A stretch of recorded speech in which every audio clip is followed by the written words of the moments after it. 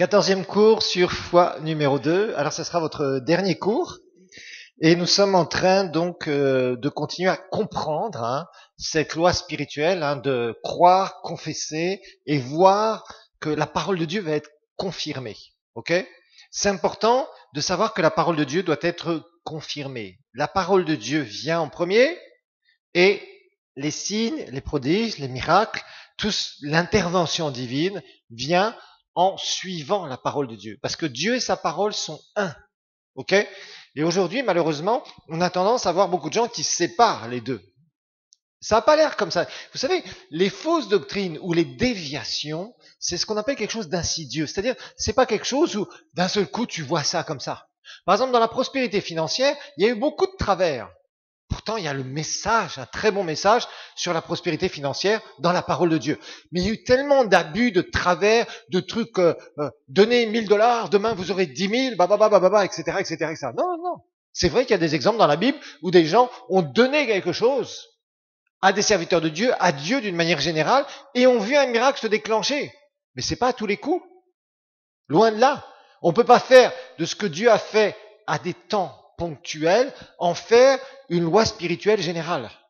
Et on a trompé beaucoup de gens. Et il y a des escrocs qui se sont introduits après et qui ont joué à dire « Oui, la foi c'est ça. La foi c'est tu donnes ce que tu n'as même pas aujourd'hui.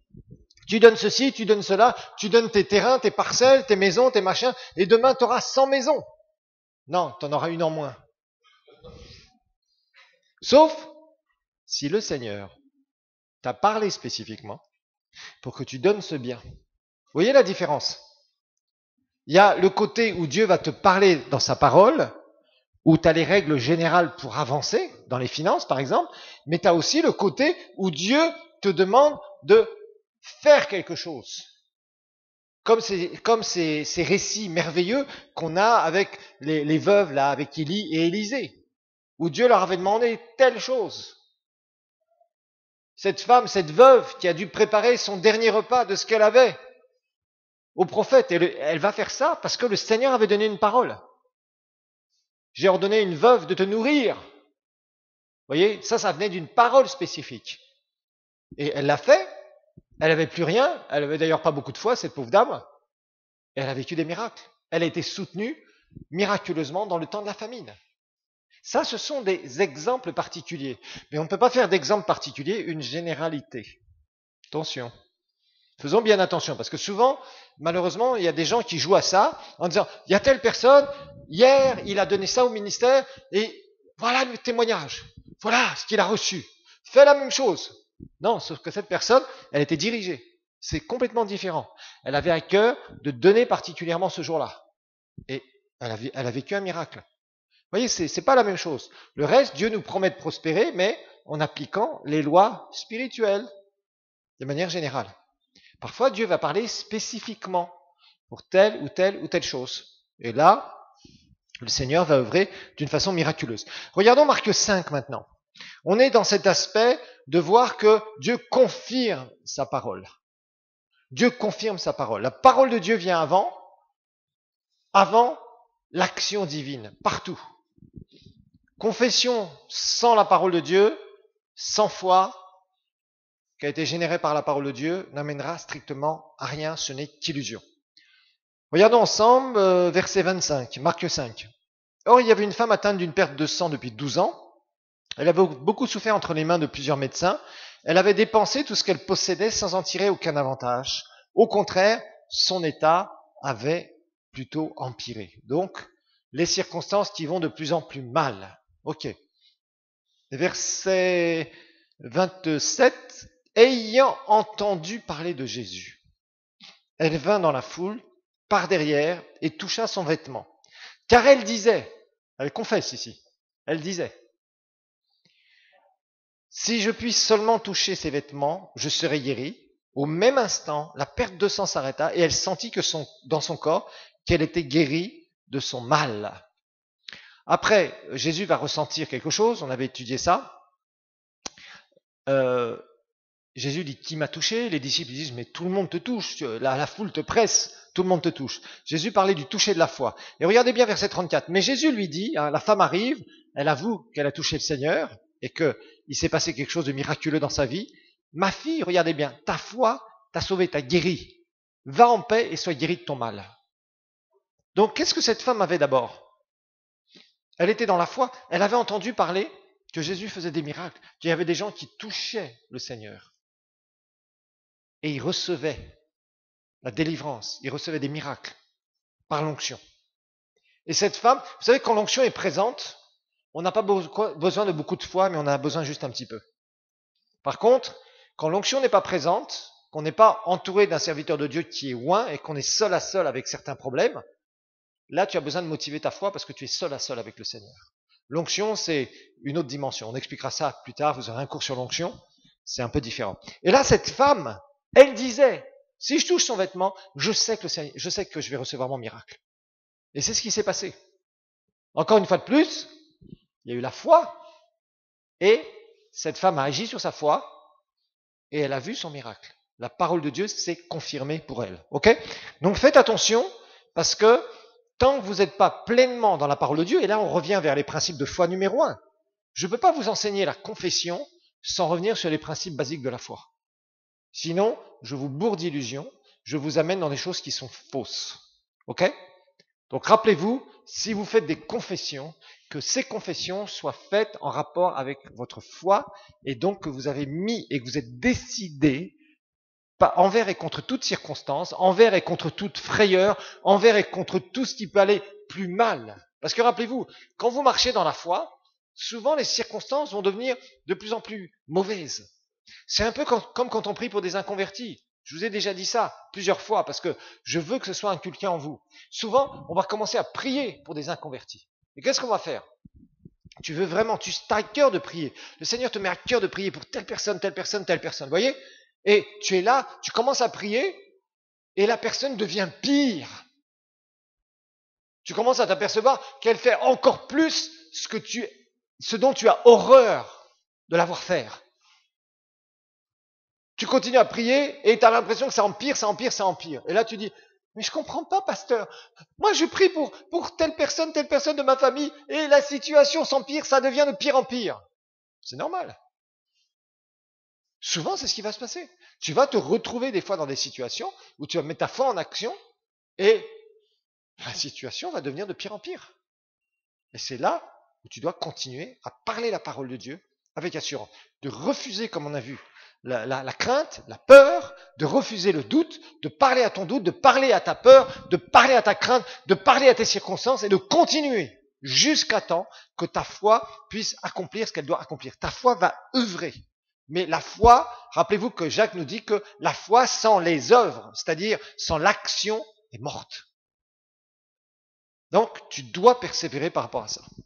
Alors maintenant, nous allons voir de ne pas confesser la maladie, mais confesser votre guérison.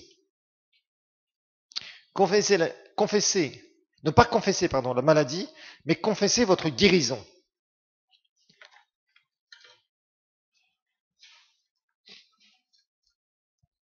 Ne pas confesser la maladie, mais confesser votre guérison.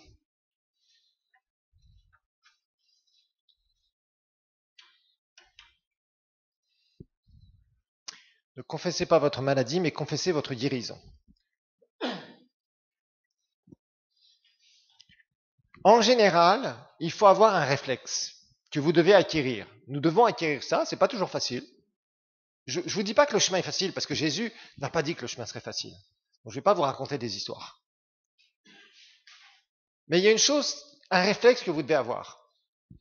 Quand vous êtes confronté à quelque chose, posez-vous la question, qu'est-ce que la parole de Dieu dit? Ça, c'est la première chose que vous devez vous poser comme question.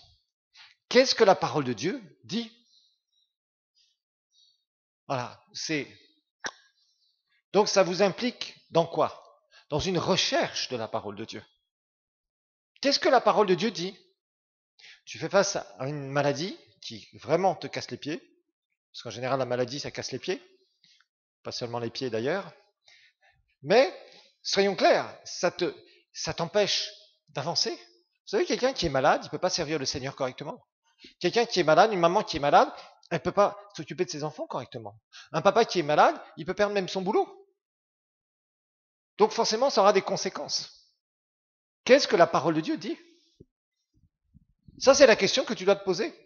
Tu es dans le manque, tu es dans la pauvreté, tu es dans quelque chose que tu veux faire et que tu n'y arrives pas parce que tu n'as pas les finances. Qu'est-ce que la parole de Dieu dit? Donc tu dois rechercher ça. Parce que il y aura des moments de tempête dans ta vie, mais il doit y avoir des moments de victoire. Vous savez, il y a des chrétiens, malheureusement, ils sont tout le temps en train de vivre dans les problèmes, de problème en problème. Ça, je n'aime pas ça. Ça, pour moi, c'est des gens qui n'ont rien compris. Et des gens, parfois, qui vous font des belles confessions. Au départ. Mais ils sont tout le temps en train de renier leur confession au bout d'un moment, parce qu'il n'y a pas la foi. Qu'il y ait des tempêtes dans ta vie, c'est normal. On a parlé du désert, on a parlé des vallées, c'est normal. Ça, c'est tout à fait normal. Tu as des vallées, mais il doit y avoir des sommets. Parce qu'en général, quand il y a une vallée, c'est qu'il y a un sommet quelque part. D'accord? Si tu es tout le temps dans les vallées, c'est que, je ne sais pas comment tu fais d'ailleurs. C'est difficile de trouver tout le temps des vallées. Dans des pays de montagne, par exemple, comme nous sommes ici, c'est vrai qu'il y a des vallées, mais il y a aussi des belles montagnes. Il y a des sommets. Il y a un temps où tu seras dans la vallée, mais il y a un temps où tu es dans la victoire, où la victoire se manifestera. Ça doit être, dans la vie chrétienne, c'est normal. Rester tout le temps dans la vallée, ça, ce n'est pas normal. Maintenant, il y a des choses que tu dois apprendre à faire. Si tu es dans la vallée de la maladie, eh bien sache une chose, la parole de Dieu a la solution pour toi. Mais là encore, il faut que tu pratiques certains principes. Regardez Proverbe 18, 14. Proverbe 18, 14.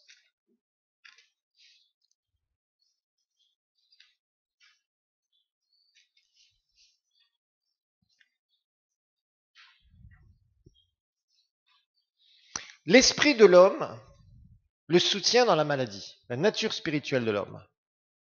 Mais il dit, par contre, en sous-entendu, l'esprit abattu, qui le relèvera? Qui relèvera le malade? Qu'est-ce que ça veut dire, ça? Ça veut dire qu'à partir du moment où ton esprit est bien nourri et se développe bien, ta nature spirituelle, qu'elle est bien nourrie, qu'elle se développe bien, c'est ce qui va te soutenir contre la maladie. Ça va te permettre de faire dégager la maladie. Si ton esprit est faible, si tu es faible spirituellement, qu'est-ce qui va se passer? La maladie va dominer. C'est simple. Comme si tu ne manges pas correctement, tu vas être faible physiquement. C'est normal. Si intellectuellement tu ne nourris pas régulièrement ton âme, bah, tes pensées, ça va être des pensées de petites gens. C'est normal. Tu n'as pas de vision, tu n'as rien, tu ne développeras pas, tu ne sauras pas quoi faire dans différentes situations de la vie toute simple, tu manqueras de bon sens parce que tu ne connais pas grand-chose dans la vie, parce que tu n'as pas d'éducation. L'éducation ne fait pas tout, mais l'éducation aide. Ben, c'est la même chose spirituellement. Rappelez-vous, nous sommes en 3 dimensions. À partir du moment où ta nature spirituelle est faible, comment? Quand tu ne te nourris pas bien de la parole de Dieu et quand tu n'es pas régulièrement rempli du Saint-Esprit. Ça, c'est les 2 choses importantes. La parole de Dieu, c'est un effort. Et je vous dis aujourd'hui, beaucoup de chrétiens sont des consommateurs. Ils pensent qu'ils sont forts spirituellement, mais ils ne le sont pas. Ils écoutent beaucoup de choses, ils ont beaucoup d'informations, mais ce n'est pas dans leur nature spirituelle. Donc ils sont faibles. Ils pensent qu'ils sont forts. Oui, ils sont forts dans l'information sur la parole de Dieu, mais ils sont faibles sur réellement la parole de Dieu qui est dans leur esprit. Leur esprit est faible. Beaucoup de chrétiens sont comme ça, mais ils se pensent forts. Sauf que quand l'adversité arrive et qu'ils sont seuls à seuls, leurs belles informations sur la parole de Dieu, leur belle connaissance de la parole de Dieu qui n'est que pour l'instant en surface, parce qu'ils ne se cherchent pas à se nourrir eux-mêmes, mais qui cherchent à toujours manger, comme je vous disais, à tous les restaurants du coin, entre guillemets, quand ils arrivent et ils sont confrontés à leurs problèmes et à leurs défis, c'est là où ils se retrouvent par terre parce que leur esprit est faible. Et ça, c'est quelque chose qu'on voit chez beaucoup de chrétiens aujourd'hui.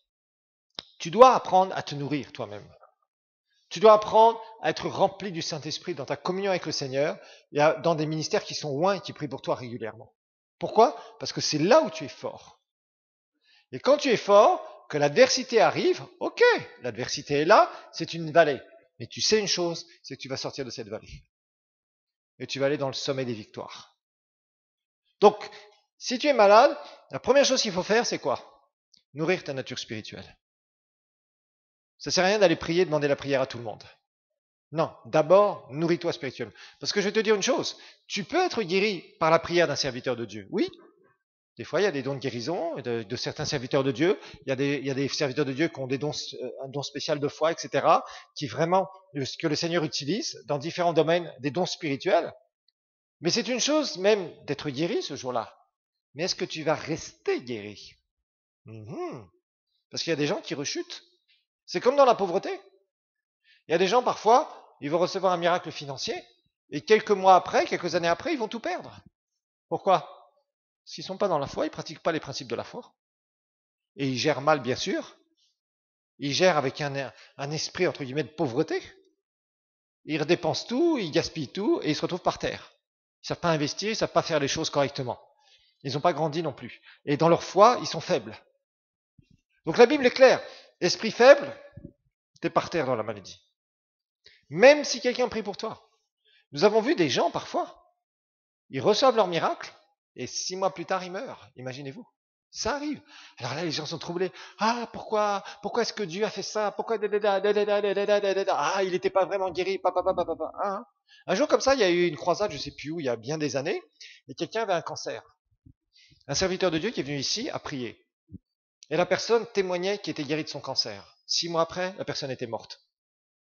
Et ça avait causé beaucoup de troubles, beaucoup de remises en question. Quand Bunke était venu ici en 89, il y avait des paralysés, vous savez, des gens qui avaient les jambes déformées. Ils se sont retrouvés à être entièrement guéris. Ils ont marché. Et certains sont retombés malades. Pourquoi? Parce qu'ils n'ont pas été nourris dans la parole.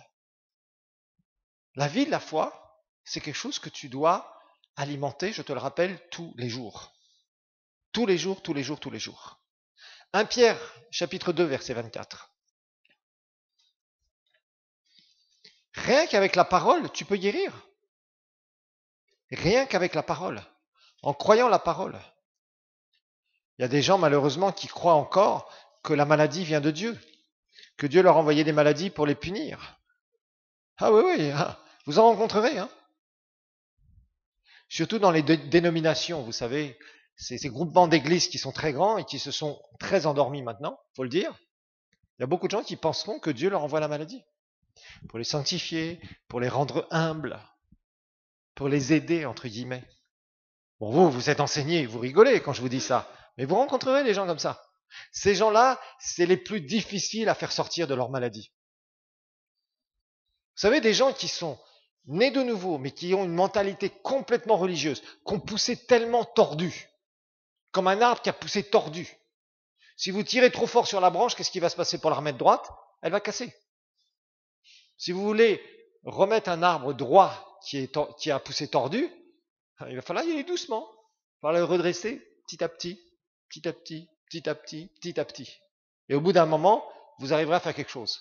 Ça, c'est un chrétien qui a poussé tordu. Un chrétien qui a poussé tordu, c'est un chrétien qui a poussé avec une mentalité religieuse. On lui a expliqué que Dieu est celui qui allait le punir, que le Seigneur envoie les maladies, que le Seigneur envoie la pauvreté, que le Seigneur ceci, que le Seigneur cela. Voilà. Et il y a des gens qui croient ces choses-là. Vous souriez, vous rigolez? Allez à l'intérieur du pays, à quelques dizaines de kilomètres de Bujumbura, la capitale, vous allez être choqués. Vous allez voir des gens qui vont vous raconter ce genre de choses. Vous allez dire, mais c'est pas possible que tu crois des choses comme ça. Récemment, on a fait une croisade. Il y a des gens qui témoignaient.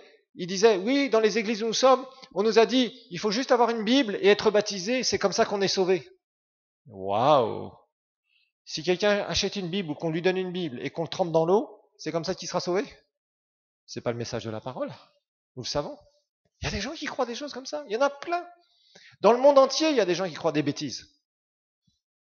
Et c'est difficile quand, par exemple, vous allez conseiller quelqu'un, parce que vous faites l'institut biblique, mais c'est pas seulement pour vous. Rappelez-vous ce que Paul a dit. Il a dit une parole de Jésus qui n'est pas dans les évangiles, et que Jésus a prononcée. Il y a plus de bonheur à donner qu'à recevoir. Tu as un temps où tu reçois, mais après tu dois donner aux autres. Ce que je veux, c'est que vous deveniez des gens qui aidiez les autres. Les aider à trouver le salut en Jésus. Prier pour eux pour qu'ils soient remplis du Saint-Esprit, les aider à sortir de la maladie, les aider à sortir de la pauvreté. Mais pour ça, rappelez-vous d'une chose, celui qui est faible ne peut pas aider quelqu'un qui est faible. Celui qui est malade ne peut pas aider le malade, celui qui est pauvre ne peut pas aider le pauvre. Donc d'abord, il faut que tu grandisses, que tu sois fort, que ton esprit soit fort, et après, qu'est-ce que tu fais? Tu vas aider les autres. Mais vous rencontrerez des fois des gens qui croient des choses qui sont tellement, tellement fausses, complètement fausses. Et pour les aider à sortir de ça, il y a du travail. Il va falloir prendre le bulldozer spirituel et enlever je dirais pas les grosses pierres, il faudra d'abord enlever les grosses montagnes de leurs fausses croyances, de ces croyances qui sont mauvaises. Vous savez, les montagnes dans la Bible, ça représente plusieurs types de choses. Un sommet peut représenter une victoire, mais une montagne très haute, ça peut aussi représenter quelque chose qui est mauvais, un gros problème ou un grand défi. Voilà. Les montagnes veulent dire plusieurs choses dans la parole de Dieu. Regardons ensemble 1 Pierre 2, 24. La parole de Dieu, il nous dit, lui qui a porté nos péchés en son corps sur le bois, afin que mort au péché, nous vivions pour la justice, lui, par les meurtrissures duquel nous avons été guéris. Nous avons été guéris. Donc amener les gens à confesser leur guérison, mais d'abord croire la parole, la foi, la confession et la persévérance jusqu'à temps de voir le résultat. En écartant l'inimitié contre notre foi. Les ennemis de la foi, nous le savons, c'est la peur, la crainte. Les ennemis de la foi, c'est le doute qui essaye de nous tenailler. Les ennemis de la foi, c'est les circonstances qui ne bougent pas alors que nous croyons dans la parole de Dieu. Tout ça, ce sont les ennemis de notre foi. Et ces ennemis, il faut savoir les prendre et les écarter, les balayer. Regardons ensemble Hébreux chapitre 4, verset 12. Hébreux 4, 12.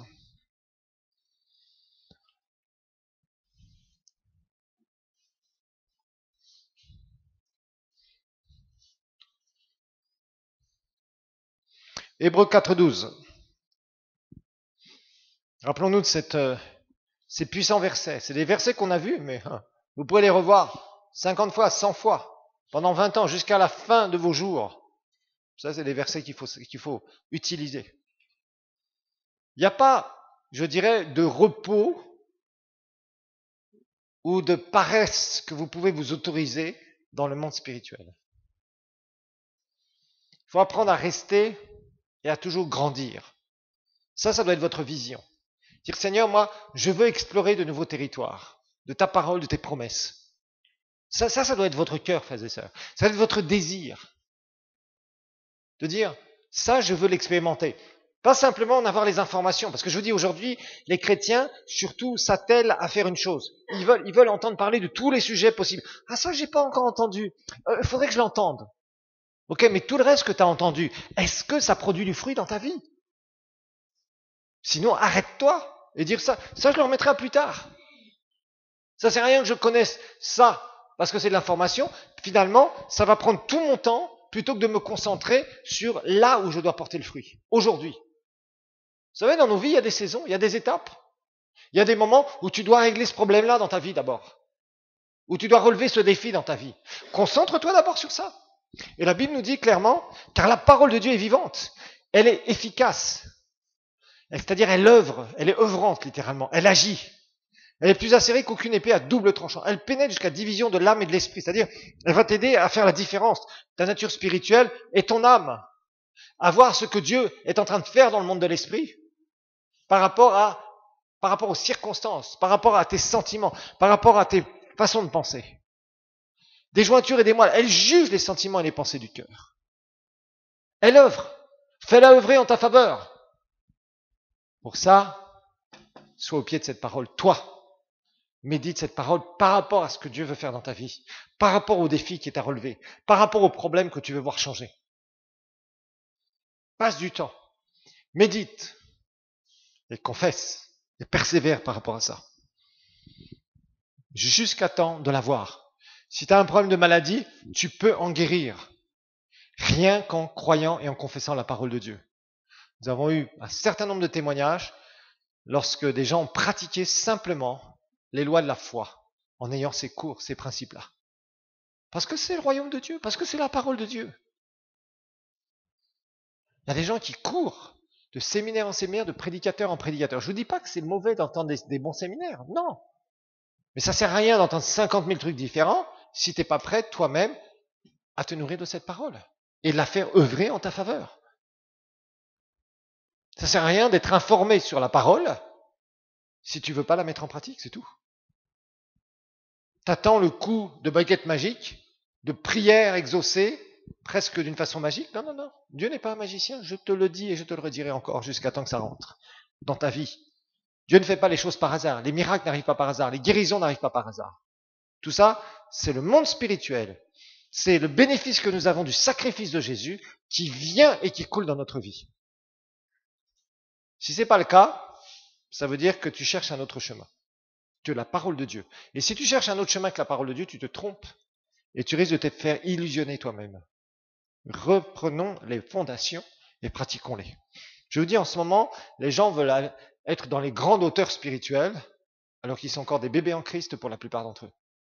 Ils pensent qu'ils sont des adultes spirituels parce qu'ils parlent des choses, on les enseigne sur plein de choses qu'ils sont incapables de digérer. Mais je vous assure, ça devient extrêmement grave aujourd'hui. La croissance, je vous le dis et je vous le redis encore, c'est pas en 2 jours. C'est jour après jour. On ne verra pas la différence chez un enfant d'un jour à l'autre. Par contre, quelqu'un qui n'a pas vu un enfant qui est en pleine croissance pendant 2 ans ou 3 ans, il va dire « Waouh, qu'est-ce que tu as grandi! Je t'ai rencontré, tu étais grand comme ça, maintenant tu es... » Vous voyez? Mais jour après jour, il y a eu quelque chose qui s'est passé, qui n'était pas visible du jour au lendemain. Mais jour après jour. Donc c'est pour ça que tu ne dois pas te décourager. C'est pour ça, ce que je veux pas, c'est que, à la fois vous ne vous découragiez pas, je ne veux pas ça. Parce que certains d'entre vous, vous avez des grosses circonstances. Tu persévères dans la parole. La parole de Dieu, c'est la vérité, ça doit percer. Ça doit percer. Ça doit percer, tu ne dois pas te donner un autre chemin. Mais d'un autre côté, je ne veux pas que vous viviez dans des trucs illusoires et après que vous soyez des déçus. Ce que je veux, c'est que vous compreniez qu'il y a des lois spirituelles, des principes, et que vous les pratiquiez jour après jour, c'est tout. Jour après jour, après jour, après jour, après jour, après jour. Éphésiens 6.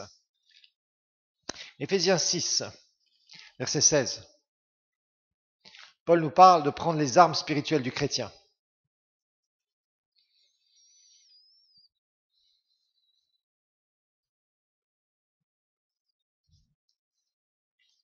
Vous savez, le diable est méchant.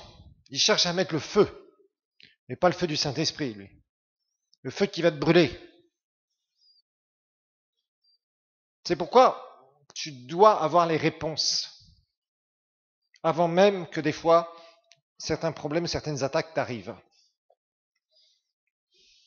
Rappelez-vous, la Bible nous dit que le jour mauvais, on n'est pas immunisé contre le jour mauvais. Il n'y a pas de vaccin contre le jour mauvais, d'accord? Le jour mauvais peut arriver. Anytime. N'importe quel moment, le jour mauvais peut arriver dans ta vie. Dans tous les domaines. Tu peux subir une attaque diabolique. Ça peut arriver à tout le monde.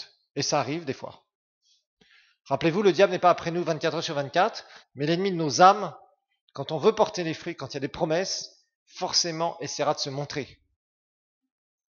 D'une manière ou d'une autre. Verset 16. Prenez en toutes circonstances. Il n'est pas dit de temps en temps. En toutes circonstances, le bouclier de la foi avec lequel vous pourrez éteindre tous les traits enflammés du malin. Bouclier de la foi. Un bouclier, ça sert à quoi? Ça sert à se protéger. Un bouclier, c'était pour éviter, à l'époque, ils avaient des archers, c'est-à-dire, ils tiraient avec des arcs, avec des flèches. Et des fois, ils tiraient avec au bout des flèches, ils mettaient du feu. Et les soldats, comment, quand ils se battaient, la protection qu'ils pouvaient avoir, c'était le bouclier de la foi. Enfin, la foi naturelle. Nous, c'est le bouclier de la foi. C'est une image, bien sûr. Ils prenaient le bouclier et les flèches, boum, boum, boum, boum. Et le soldat ne mourait pas. C'est comme ça qu'il se protégeait. En grande partie, en tout cas, tout le corps. Et nous devons apprendre. Il est dit tous les jours. Tous les jours. Toutes circonstances. Préparons-nous. Si la maladie est à ta porte, ou si elle n'a pas encore frappé à ta porte, prépare-toi. Et tu mettras le bouclier de la foi, et tu vas éteindre ces flèches enflammées du malin. C'est très enflammé du malin. Donc la Bible nous demande justement d'essayer, et pas d'essayer, mais de se mettre, de prendre. Vous voyez, là encore, prenez, c'est un impératif, c'est un ordre. C'est un ordre. Tu ne le fais pas. Vous savez, il y a des moments où dans nos vies, les choses vont bien. Et on a tendance un peu à s'assoupir. On n'est plus là en train de chercher le Seigneur aussi, entre guillemets, agressivement, comme quand on avait vraiment, qu'on était dans le feu, dans la vallée, là, Seigneur, il faut que tu fasses quelque chose. Seigneur, il faut que tu... Sinon, je suis foutu. Vous voyez? Et il y a des moments dans nos vies où ça va bien, les choses vont bien, ça se passe bien, on voit le Seigneur agir dans tel et tel domaine, et on commence un peu à s'assoupir spirituellement. Et qu'est-ce qui se passe? Si l'ennemi vient et qu'il nous jette un trait enflammé, une flèche enflammée, on a peut-être mis notre bouclier à côté. Et là, on va être blessé. On va être blessé. Et après, c'est plus difficile de guérir une fois que tu es blessé. Le mieux, c'est d'avoir ton bouclier. Bouclier de la foi, pour résister, avec une foi ferme. Et quand on est là, devant la maladie, on se tient fortement sur la parole de Dieu. Et on déclare dans le nom de Jésus qu'on a été guéri par ses meurtrissures. Et là, la vie de Dieu, par notre foi, va venir dans notre corps et chasser cette maladie. Alors, notez aussi, ne confessez pas vos péchés et vos faiblesses. Ne confessez pas vos péchés et vos faiblesses. Confessez constamment, bien sûr.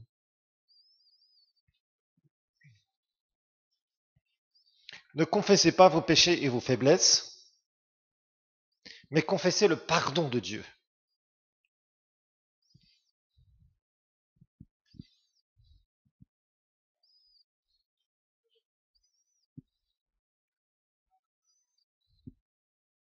Ne confessez pas vos péchés et vos faiblesses, mais confessez le pardon de Dieu.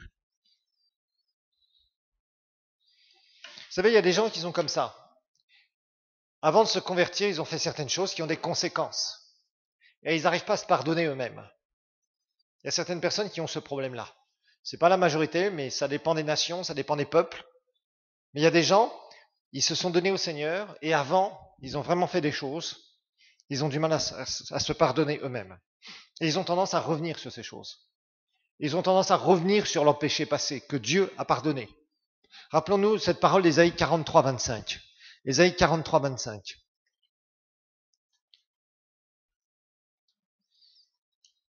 Ésaïe 43, 25.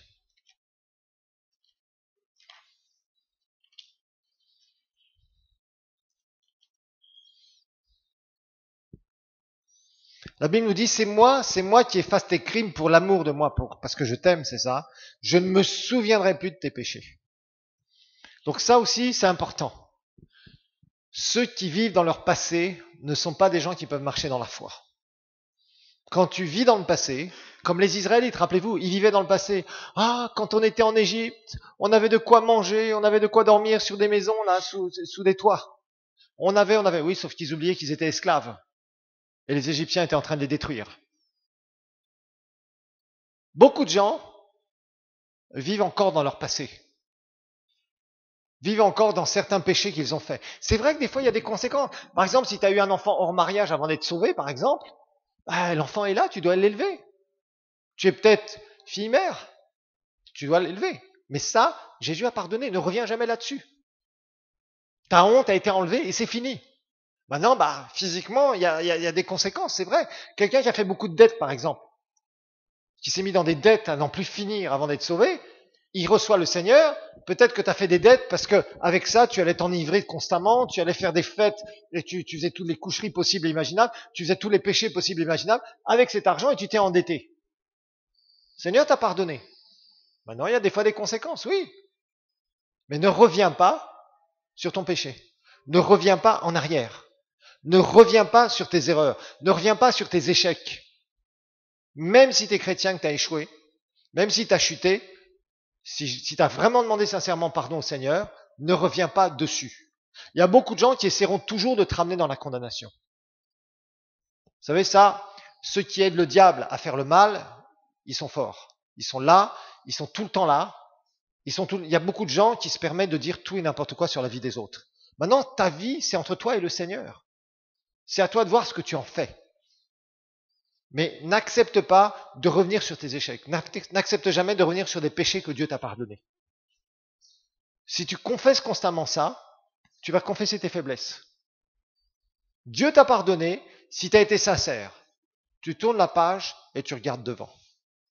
Parce que si tu ne regardes pas devant, tu vas toujours, au moment, vous savez, quand le Seigneur est prêt d'agir dans quelque chose, il y a souvent l'ennemi qui s'agite et qui essaye de revenir sur certaines choses pour te dire au bout d'un moment, non, non, non, non, Dieu ne pourra pas te le donner parce que tu avais fait ça, parce que. Il y a un temps dans nos vies spirituelles où on doit dire, ça c'est coupé, Jésus m'a entièrement pardonné, je ne reviendrai plus sur ces choses-là, je refuse de me sentir condamné et d'être condamné. D'accord? Alors maintenant, non plus, ne jouez pas avec ça. Parce qu'il y a des chrétiens, j'ai vu qu'ils s'amusaient un peu trop avec ce genre de choses en disant, non mais de toute façon, le Seigneur m'a pardonné, et en fait, ils prennent pas les conséquences de ce qu'ils ont fait. Non, s'il y a des conséquences, des fois, où tu es obligé d'assumer les conséquences. Tu assumes tes responsabilités. Tu deviens quelqu'un, tu dis, ok, c'est ça, Dieu m'a pardonné, mais je dois assumer certaines choses. C'est tout. Mais ne reviens jamais et n'accepte jamais que le diable revienne sur la condamnation. Alors, maintenant, on va voir la leçon numéro 6. Je vais vous donner des exemples de confession. Leçon numéro 6. On va voir des exemples de confession. Mon objectif ici, c'est de vous donner quelques exemples pour vous montrer qu'est-ce que vous pouvez faire. Rappelez-vous d'une chose. Vous avez à œuvrer dans le domaine de la foi et la confession. Le chemin de la foi, c'est un chemin où vous devez travailler. Je vous ai donné l'exemple de ces chercheurs d'or, ces chercheurs de diamants, ces chercheurs de tanzanite, ces chercheurs de pierres précieuses. Qu'est-ce qu'ils font? Ils creusent. Ils risquent des fois même leur vie, et même beaucoup risquent leur vie. Beaucoup meurent de ça d'ailleurs. Mais ce sont des gens qui remuent la terre partout, jusqu'à temps de trouver. Bien sûr, c'est dans le naturel. Bien sûr, nous savons que beaucoup de choses sont charnelles dans ce domaine-là. Mais l'image est là. Ils fouillent jusqu'à temps de trouver la pierre qui va les sortir de leur pauvreté et les rendre riches. Dans le naturel, c'est la catastrophe, on le sait. Mais dans la parole de Dieu, c'est la même chose. Tu dois fouiller jusqu'à temps de trouver la pépite qui va t'aider à sortir de ton problème ou t'amener dans une autre dimension. Et ça, c'est ton rôle. Un chercheur d'or ne va pas se dire, bon, là, je creuse. Et d'un seul coup, hey, regardez, j'ai trouvé la plus grosse pépite du monde. C'est pas comme ça que ça marche. Il va fouiller, il va chercher, il va remuer la terre, il va creuser des tunnels, il va transpirer, et des fois il revient, il n'y a rien. Et le lendemain il y va, et le surlendemain il y va. Le chercheur de diamants, c'est la même chose, jusqu'à temps qu'il tombe sur le bon diamant qu'il va pouvoir vendre et qui va l'aider. C'est la même chose dans la parole, vous devez fouiller. Et je vous dis aujourd'hui, les chrétiens sont devenus des paresseux dans le domaine de fouiller par eux-mêmes, de se nourrir eux-mêmes. Ils veulent tout le temps être nourris par les autres. Non. Les serviteurs de Dieu n'ont pas le rôle de vous nourrir toute votre vie à la petite cuillère. Je suis désolé de le dire. Et si je le dis, c'est pour vous aider. Les serviteurs de Dieu ont un rôle de vous donner des messages précis par rapport à des gens sous lesquels vous vous soumettez au niveau spirituel. Parce que là aussi, beaucoup de gens écoutent des trucs à droite et à gauche, mais ils ne sont pas soumis à leur autorité spirituelle. Et ça, c'est très mauvais. Aujourd'hui, je vous dis, avec Internet, c'est un désordre total. C'est l'ouverture à toutes les rébellions du monde. C'est des gens qui se pensent super spirituels parce qu'ils ont entendu plein d'informations sur la parole de Dieu, mais ils ne se nourrissent plus eux-mêmes et ils ne comprennent pas qu'ils doivent drainer l'onction à partir d'un serviteur de Dieu sous lequel ils doivent se mettre en tant qu'autorité spirituelle. Ça, c'est clair dans la Bible. Ça s'appelle l'administration du royaume de Dieu. Et ça ne changera jamais. Sauf qu'aujourd'hui, les gens veulent toujours passer à côté et se retrouvent dans bien des tourments à cause de ça. Alors, la Bible nous dit, chapitre 1 Corinthiens 4, verset 13, 1 Corinthiens 4, 13.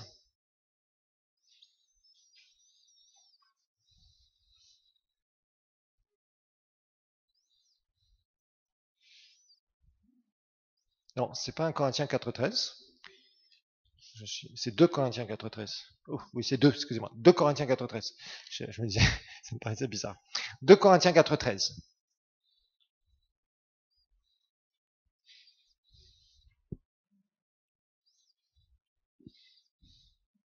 Là, Paul nous dit, comme nous avons le même esprit de foi, c'est-à-dire, l'esprit de foi, c'est mentalité de foi, c'est façon de vivre, c'est ça que ça veut dire ici, bien sûr, c'est pas esprit avec un esprit qui vient et qui te donne la foi. Selon qu'il est écrit, j'ai cru, c'est pourquoi j'ai parlé. Nous aussi, nous croyons, c'est aussi pourquoi nous parlons. Donc, je pense que maintenant, on va pas revenir là-dessus. La foi, parole, foi, confession.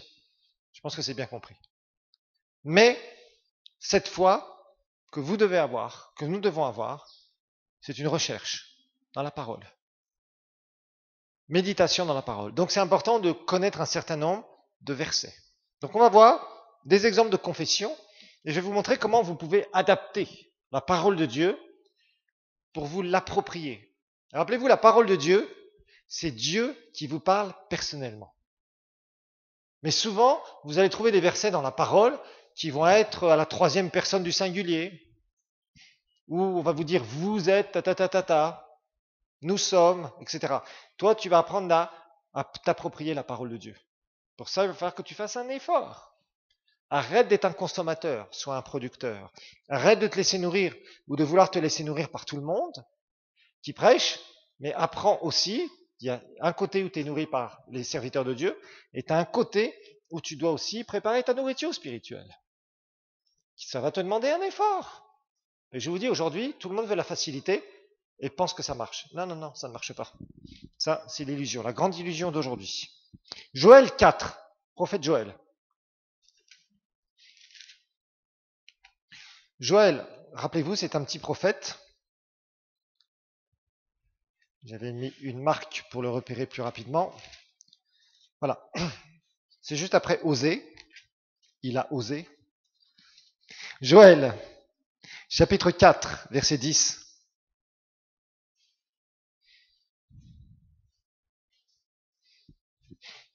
Ce sont des paroles que nous chantons dans des chants.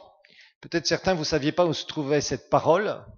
Ben, c'est dans Osée, chapitre 4. Joël, pardon. Oh, Joël, excusez-moi. Joël, chapitre 4, verset 10. La dernière partie, vous pouvez entourer ce verset. Que le faible dise, je suis fort. Que le faible dise, je suis fort. Donc là, déjà, on voit directement, c'est adapté à la première personne du singulier. Que le faible dise, je suis fort. Oh, certains, vous avez du mal à trouver Joël. C'est parce que ça doit être dans une Bible numéro 2, alors peut-être. Non, c'est bien dans la Bible, c'est bien dans l'Ancien Testament, c'est bien dans les petits prophètes, qui sont après les grands prophètes.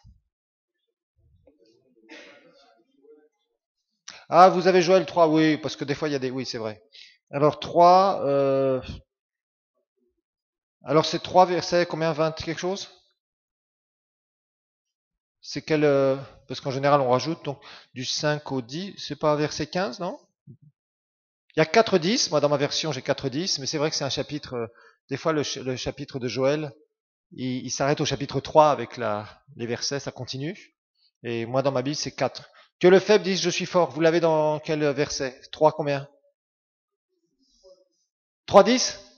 Ah c'est 3-10, d'accord, ok. Bon, moi j'ai 4-10. Oui, c'est bien ça. Bon, ok. D'accord, oui, bon, ok. Donc que le faible dise je suis fort. Que le faible dise je suis fort. Entourer ce verset. Donc là, c'est encore quelque chose que tu dois déclarer. Quand tu sens vraiment des faiblesses, déclare je suis fort dans le nom de Jésus. Quand tu sens que ta foi commence un peu à diminuer, à s'évaporer, tu dis non, je suis fort dans la foi, je le déclare dans le nom de Jésus. Vous voyez? Déclare que le Seigneur est celui qui te fortifie. Je suis fort, ça c'est bien. Regardons Ecclésiaste, chapitre 7, verset 10. Ecclésiaste. Ecclésiaste. Où est-ce qu'on trouve Ecclésiaste? Après quoi? Les proverbes. Psaume, proverbe, Ecclésiaste.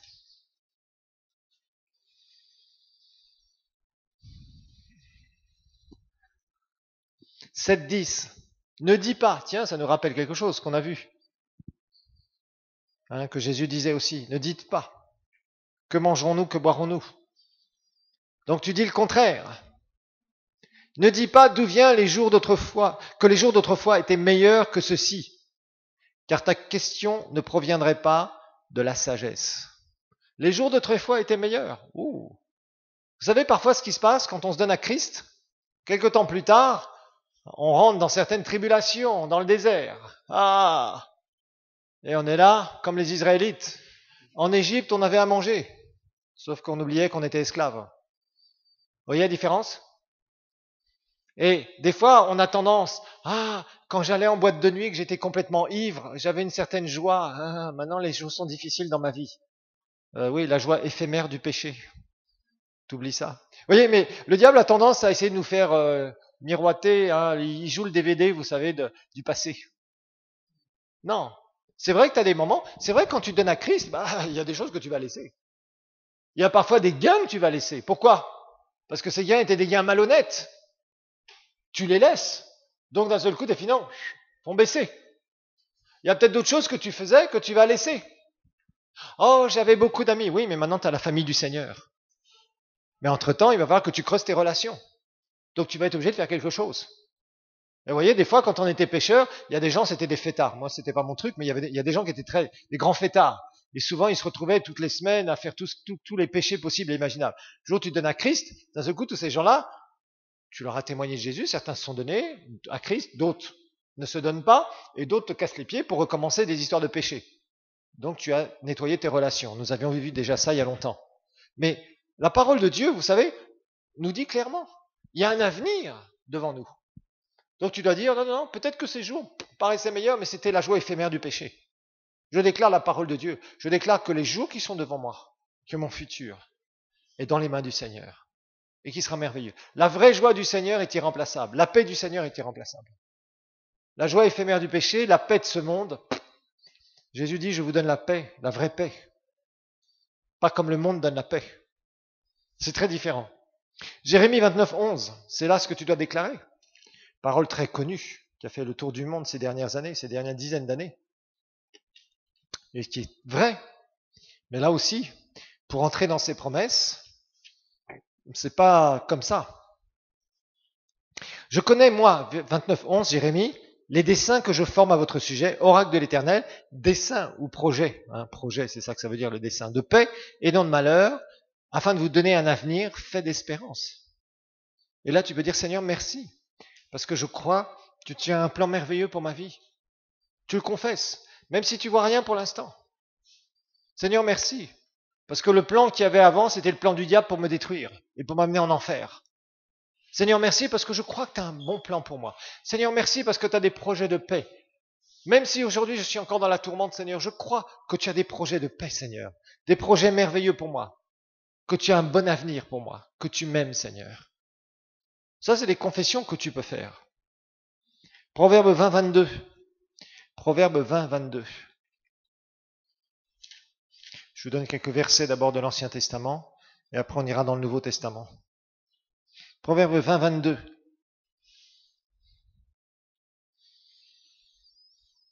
Proverbe 20, 22. Ne dis pas. Vous voyez, il y a beaucoup de versets qui nous disent ne dis pas. C'est le troisième déjà qu'on voit. Ne dis pas. Je rendrai le mal. Espère ou mets ta confiance en l'Éternel et te sauvera ou te délivrera. Vous savez, des fois, il y a des gens qui nous ont fait du mal. Et on dit, je vais me venger. Et tu es là, et constamment tu médites ces choses. Non. Déclare, non, je pardonne, Seigneur. Ça ne veut pas dire que forcément, justice ne sera pas faite. Ne prenez pas l'inverse aussi, parce qu'il y a certains chrétiens, c'est du n'importe quoi. Ils se laissent marcher sur les pieds, ils se laissent détruire. Ça, non, la Bible n'a jamais dit ça. Tu dois aussi te protéger. Tu dois faire attention. S'il y a des gens qui te cherchent du mal, et tu le sais à l'avance, tu dois te protéger. Par contre, des fois, il y a des gens qui t'ont fait du mal, tu ne t'y attendais pas. Toi, tu ne leur as rien fait. Ils t'ont vraiment fait du mal. Ne dis pas, je rendrai le mal. Le mal pour le mal, œil pour œil, dent pour dent, c'est l'Ancien Testament. Mais laisse Dieu. Et dis au Seigneur, et confesse, je refuse d'avoir de l'amertume. Je refuse de marcher dans le passé. Des fois, c'est difficile. Parce que des fois, on a pu souffrir. Vous savez, des fois, on va souffrir à cause de notre péché. À cause de nos erreurs. Mais des fois, on va souffrir à cause des mauvaises circonstances. Mauvaises circonstances qui sont là et qui essayent de nous dire, tu dois en vouloir à ceux qui t'ont fait ça. Et des fois, c'est l'ennemi qui vient nous attaquer directement. C'est les 3 cas où on va être blessé. Mais rappelez-vous que Jésus est venu pourquoi? Pour restaurer les cœurs brisés. Mais un cœur qui est brisé, si c'est par ton péché, tu te repens et tu délaisses. Si c'est par des mauvaises circonstances, tu vas apprendre à pardonner, parce que les mauvaises circonstances, souvent, ont été faites par des hommes, des gens qui t'ont mis dans l'échec, des gens qui t'ont mis dans la pauvreté, des circonstances autour. Des gens qui t'ont peut-être fait du mal. Il y a des abus, des fois des abus sexuels parmi les jeunes filles, les enfants, etc., etc. Il y a toutes sortes de choses qui peuvent être faites. La sorcellerie qui peut être faite contre des personnes, des jeunes, des enfants. Tout ça, c'est le mal qu'on a pu te faire, entre autres. Te traiter avec mépris, te faire du mal. Peut-être par une belle-mère qui était là, qui a remplacé ta maman. Peut-être un beau-père. Peut-être... Il y a toutes sortes de choses qui peuvent se passer. Des gens qui t'ont abandonné alors que tu n'as rien fait. Ne dis pas, je rendrai le mal. Tourne la page et dis, Seigneur, merci, parce que tu as des bons projets pour moi. Et je refuse de marcher dans l'amertume et le manque de pardon. Les gens qui marchent dans l'amertume et le manque de pardon, rappelez-vous, ils s'attirent les oppressions spirituelles. C'est des gens qui vieillissent vite, c'est des gens qui n'ont aucune relation avec les autres parce qu'ils accusent tout le monde, c'est des gens qui jouent les victimes et c'est des gens qui s'autodétruisent. Romains 8, 28, Nouveau Testament. Et là aussi, c'est une belle parole, mais là aussi, il faut savoir la faire œuvrer en notre faveur. Je ne veux pas que vous fassiez des confessions sans mettre les mécanismes spirituels autour, les lois spirituelles, qui permettent aux paroles que vous confessez de se réaliser.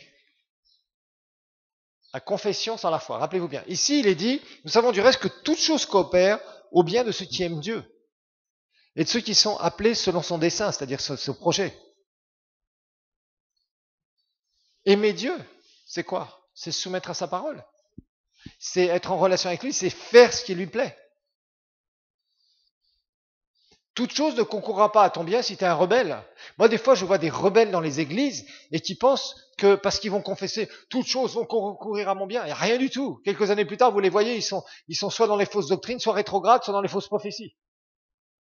C'est courant, ça. Comment des rebelles peuvent prospérer? Ils ne peuvent pas. Comment des menteurs? Comment des gens qui font tout un tas de trafics, qui mentent à des serviteurs de Dieu, qui créent tout un tas d'histoires à droite, à gauche, qui divisent les gens qui font du mal, pensent qu'ils vont prospérer? Mais non, ils ne peuvent pas prospérer. Des lâches. Toutes sortes de gens qui ont des travers de caractère et qui confessent, oui, de toute façon, toutes choses vont concourir à mon bien. Non, non, non, non, ne te fais pas d'illusions. Arrête ça. Ça, c'est des illusions. Parce que tu oublies de ceux qui aiment Dieu. Hein?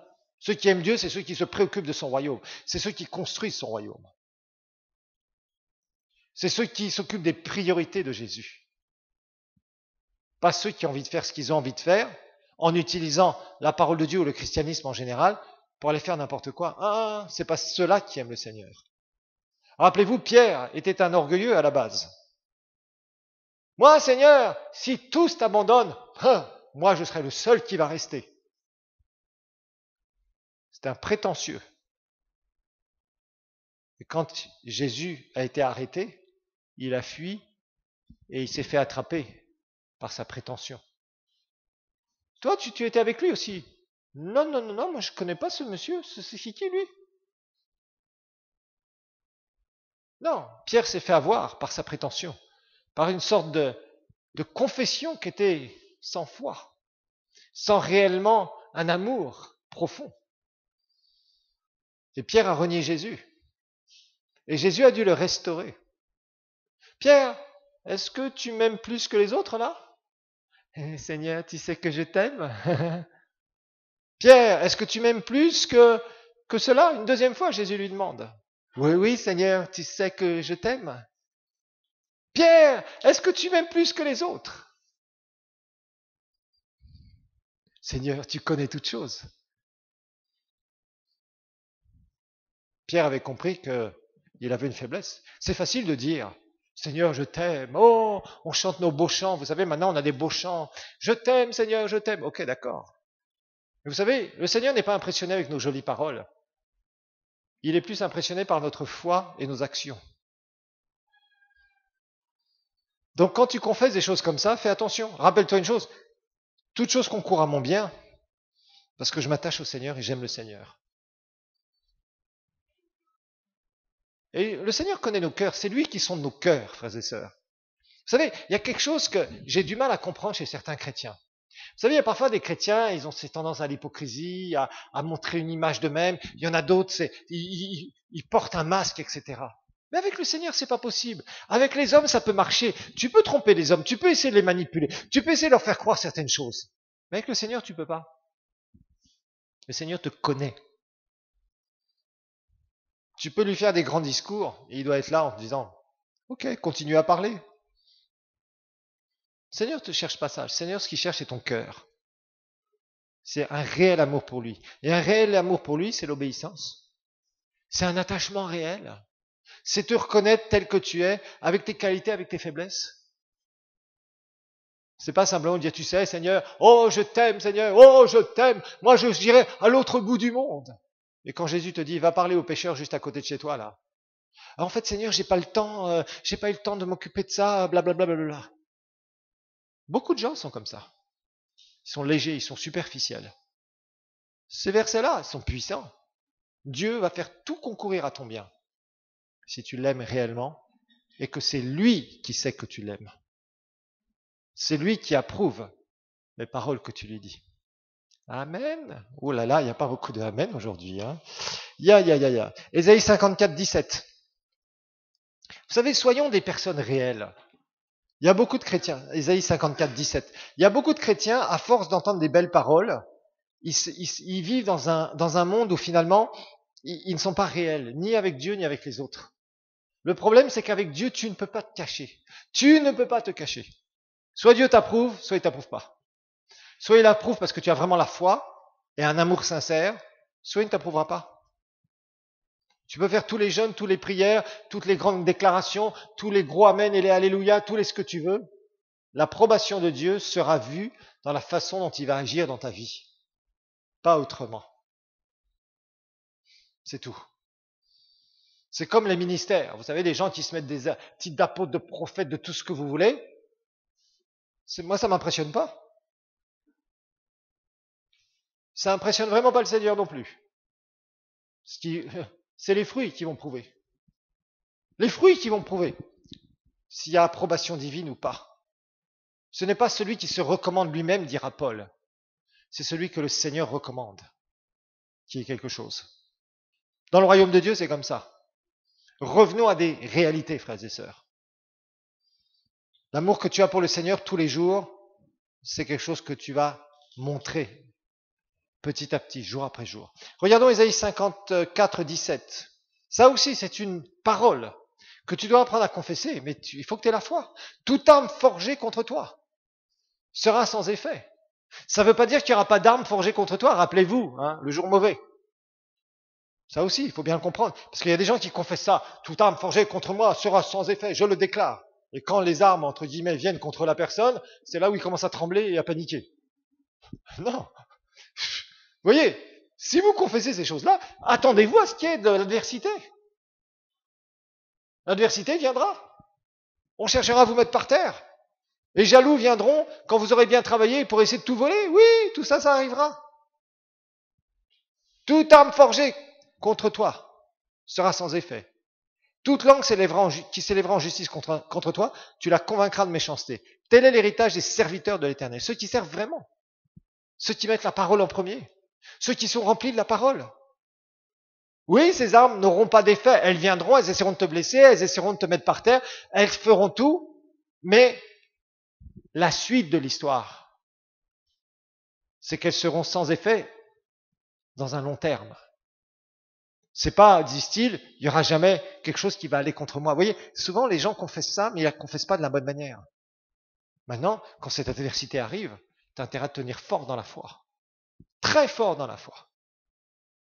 Et là, tu verras que ces armes qui ont été forgées contre toi, qui essaieront de te détruire, ne pourront pas arriver à leur succès, ne pourront pas arriver à leur fin. Peut-être que tu sembleras blessé, même à moitié mort, mais tu te relèveras. Et c'est là où le Seigneur se glorifiera. Vous voyez? C'est ça que ça veut dire. Mais quand on est dans la tempête, c'est là où on va voir si tu es capable de confesser Ésaïe 54. C'est pas quand tout va bien. Hein. Vous savez, faire des belles confessions quand tout va bien, c'est facile. Hein. C'est très facile, mais c'est quand tout va contre toi. Ok, quelques autres confessions pour clôturer. Romains 8, 31 à 39.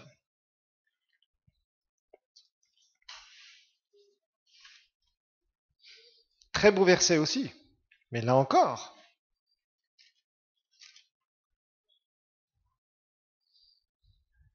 « 31 à 39. Romains 8.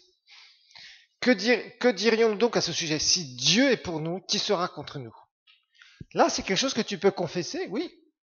Si Dieu est pour moi, qui peut être contre moi? Qui peut réussir contre moi? D'accord. Mais est-ce que tu pratiques la parole de Dieu? Vous voyez, le problème que j'ai de plus en plus quand j'enseigne ce cours, c'est que beaucoup de chrétiens confessent des choses comme ça tous les jours, sans mettre la parole de Dieu d'abord en priorité dans leur vie, sans se nourrir de la parole. Dieu n'est pas avec toi dans tout ce que tu fais. Je suis désolé.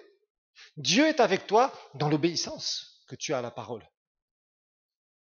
En fait, on a l'impression que les gens utilisent la parole de Dieu aujourd'hui et s'exonèrent de pratiquer la parole de Dieu. C'est pas une exonération. C'est pas une exonération de tes responsabilités, mon frère, ma sœur. Ça, c'est des puissantes vérités quand tu marches dans la parole, que tu te tiens à la parole, que tu fais œuvrer la parole de Dieu dans ta vie. Ça, c'est des promesses merveilleuses. Mais rappelez-vous que toutes les promesses de Dieu ont des conditions pour notre vie. Conditions d'obéissance. Conditions de foi. C'est par la foi et par la persévérance que nous héritons des promesses. C'est pas simplement en faisant une petite confession, non. Ça, c'est puissant. Si Dieu est pour moi, qui sera contre moi? Qui pourra réussir à détruire ce que le Seigneur a pour moi? Mais tu dois te tenir dans la foi qui vient de la parole, la foi qui obéit à la parole. Vous voyez, tout ça, ça va ensemble. Et c'est des versets extraordinaires qui peuvent nous faire tenir dans les pires adversités, dans les pires attaques diaboliques, sans problème, et nous donner une victoire, nous amener à une victoire et glorifier Christ. Mais ça ne nous exonère pas du reste, c'est ça le truc. Celui qui n'a pas épargné son propre fils et qui l'a livré pour moi, comme si vous le confessez, comment ne me donnera-t-il pas toute chose avec lui par sa grâce? Sa grâce se manifestera. Si j'ai la foi, je pratique la parole et que je confesse ces choses. La grâce va me suivre, bien évidemment. Qui accusera les élus de Dieu? C'est lui qui justifie. Oui, si tu marches pas dans le péché. Si tu marches dans le péché, tu seras un sujet d'accusation. Le diable pourra venir t'accuser et essayer de te mettre tout un tas de condamnations.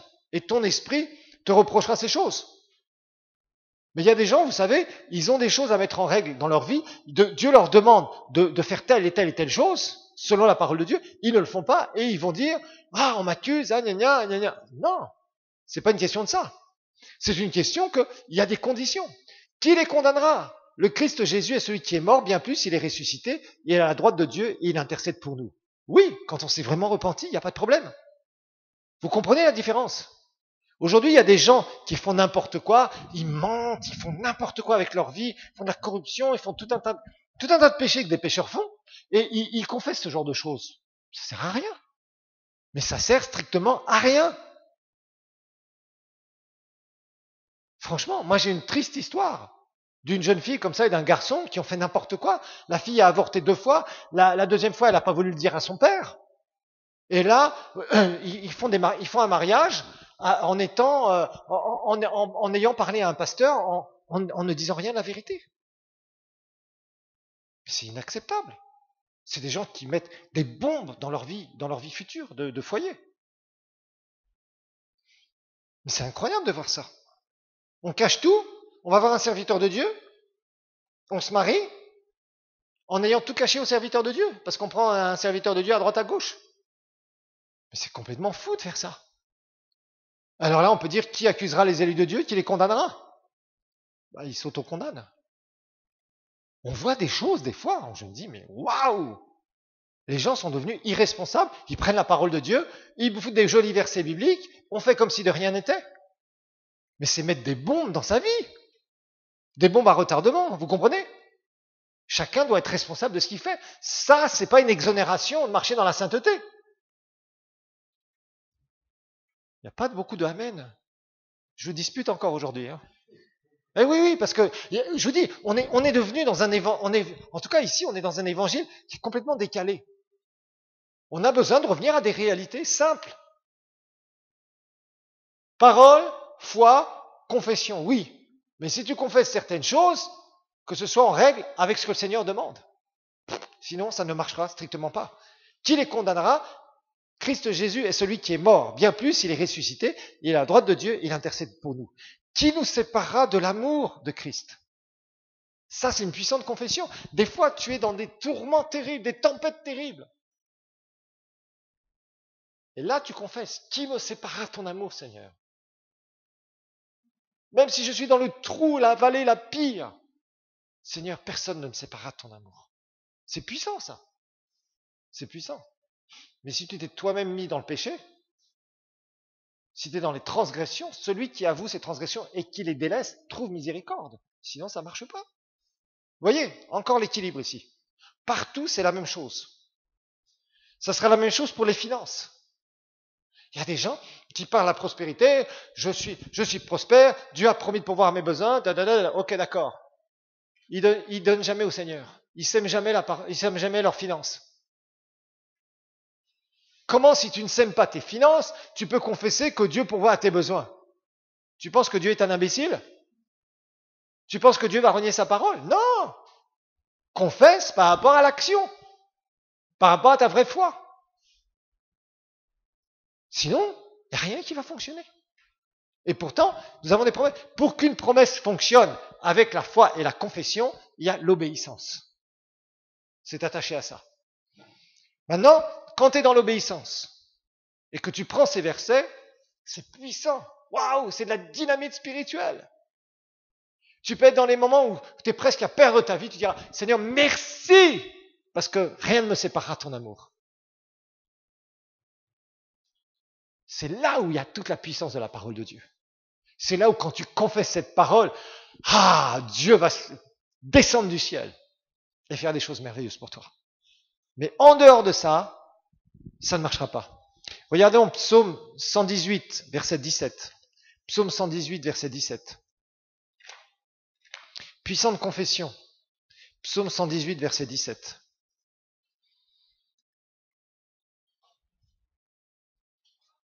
Le diable est un sale menteur. Les mensonges du diable, vous devez les contrecarrer. Je ne mourrai pas, mais je vivrai. Et je raconterai les œuvres de l'Éternel. Quand tu es là, quand la maladie essaye de te terrasser et que tu entends dans ta tête, tu vas bientôt mourir, tu prends cette parole et tu dis, je ne mourrai pas, mais je raconterai les œuvres de l'Éternel. Ça, c'est une confession. Ça, c'est quelqu'un qui sait prendre ses circonstances, qui sait prendre la parole de Dieu, qui va parler la parole de Dieu et qui va voir sa guérison se manifester. Ça, c'est extraordinaire comme verset. 2 Corinthiens 9, mais on va parler des finances, j'en ai parlé il y a quelques secondes, mais on va revenir. 2 Corinthiens 9. Vous voyez, vous appliquez à la première personne du singulier pour vous approprier ces promesses. Versets 6 à 9. En fait, celui qui sème peu moissonnera peu, celui qui sème en abondance moissonnera en abondance. Que chacun donne comme il a résolu dans son cœur, sans tristesse ni contrainte. Car Dieu aime celui qui donne avec joie. pas celui qui est contraint, pas celui qu'on a manipulé. Et Dieu a le pouvoir de vous combler de toutes sortes de grâces, afin que, possédant toujours à tous égards de quoi satisfaire à tous vos besoins, vous ayez encore en abondance pour toute œuvre bonne. Selon qu'il est écrit, il a répandu ses bienfaits, il a donné aux indigents, sa justice subsiste à jamais. Alors, là, quand tu donnes au Seigneur, tu donnes ta dîme, tu donnes tes offrandes. Seigneur, merci, parce que je sème. Seigneur, je sème ce que j'ai aujourd'hui, et je crois que je récolte, Seigneur. Je te remercie. Vous voyez, vous appropriez ces promesses. Seigneur, merci parce que tu as promis que si je sème, je vais récolter. Et plus je sème, Seigneur, plus je récolterai. Seigneur, je donne avec un cœur sincère. Ça, tu peux le dire, tu peux le confesser au Seigneur. Et Seigneur, je te remercie parce que tu as le pouvoir de me combler de toutes sortes de grâces. Merci parce que tu me combles, verset 8, de grâce. Merci parce que je possède à tous égards de quoi satisfaire à tous mes besoins. Et je déclare que j'ai encore en abondance pour pouvoir faire des bonnes œuvres, pour pouvoir donner aux autres, pour pouvoir bénir, pour pouvoir faire avancer ton royaume. Ça, c'est une confession. Et cette confession dépend de quoi? D'apprendre à donner dans une bonne terre qui porte des fruits pour le royaume. D'apprendre à donner avec notre cœur. Voyez? Tout ça, c'est conditionnel. C'est pas quelque chose qui se passe comme ça. Ça sert à rien que tu dises, je suis prospère, Dieu pourvoit mes besoins, l'Éternel est mon berger, je ne manquerai de rien. Amen, alléluia. Ok? Tu dis, mais tu ne libères pas ta foi au travers de donner, au travers de semer ce que tu as aujourd'hui. Si tu le fais, et que tu apprends, et que tu parles cette parole, c'est là où Dieu agit, c'est là où Dieu commence à pourvoir, et c'est là où Dieu va te faire prospérer à tous égards. C'est sûr que si tu confesses, j'ai rien, je suis pauvre, je suis ceci, je suis sans boulot, bien sûr, rien ne va bouger. En tout cas, Dieu n'agira pas en ta faveur. Mais vous comprenez que chaque promesse, il y a plein de choses, il y a plein de versets. Vous verrez quelques autres versets que j'ai mis, dans le syllabus, quelques autres versets. Mais ce que je vous encourage à faire, c'est à prendre la parole de Dieu, prendre les promesses de Dieu, méditez sur ces promesses, regardez si vous obéissez quand on vous demande d'obéir par rapport à ces promesses, et la confesser. Et c'est là où vous verrez cette plateforme dont je vous ai parlé, vous vous créez une plateforme de foi, vous vous créez une atmosphère de foi où Dieu agit dans les différents domaines de votre vie. C'est comme ça que ça marche. C'est pas autrement. Tout le reste, que ce soit les confessions négatives ou les confessions extravagantes, c'est pas scripturaire. Vous venez dans le milieu, appliquez la parole de Dieu, faites marcher la parole de Dieu en votre faveur, persévérez dans la parole, persévérez dans votre confession, persévérez d'agir sur la parole, et vous verrez le résultat. Et le résultat est divin. Il n'y a pas de résultat divin avec des méthodes humaines. Mais aujourd'hui, je vous dis, on prend la parole de Dieu, il y a beaucoup de choses qui sont tordues, et ça amène les gens à faire des pratiques en pensant que les choses vont marcher, mais ça ne marche pas. Donc, revenons clairement à l'équilibre. Quand tu marches dans l'équilibre, tu verras le résultat. Et c'est là, on va voir ta bénédiction qui monte, et dans quelques années, tu auras fait beaucoup plus de chemin que des gens qui auront fait des soi-disant de grandes confessions, qui n'arrivent à rien, qui sont toujours cloués au sol, comme un avion qui n'arrive jamais à décoller. Leur aéroport est toujours fermé, vous voyez ce que je veux dire. Il décolle jamais. Jamais d'autorisation de décollage. Pourquoi? Parce qu'ils fonctionnent dans des illusions. Et les gens qui confessent négativement, c'est la même chose. Ils ne décollent jamais dans leur vie spirituelle. Ils vous racontent qu'ils font des jeûnes, des prières, que le Seigneur va bientôt faire, que ça va bientôt bien aller. Bientôt n'arrive jamais avec eux. Bientôt n'arrive jamais. Il n'y a jamais le bonjour où vraiment ils voient les choses. Réellement. Où ils voient vraiment que c'est Dieu qui les a bénis. Et dans les deux extrêmes, c'est ce que vous observerez chez les chrétiens. Donc ne vous faites pas embarquer dans des doctrines qui sont tordues. Restez dans les principes de la parole de Dieu. On a bien dit, la parole, je m'en nourris, je fais un effort pour me nourrir avec la parole. Ensuite, la foi est générée, et je pratique, je confesse ma foi, et je pratique la parole dans les différents domaines où Dieu me demande de pratiquer la parole. Si vous faites ça, vous ne pourrez jamais échouer. Et ce que vous direz avec votre bouche, vous le verrez s'accomplir. Que le Seigneur vous bénisse.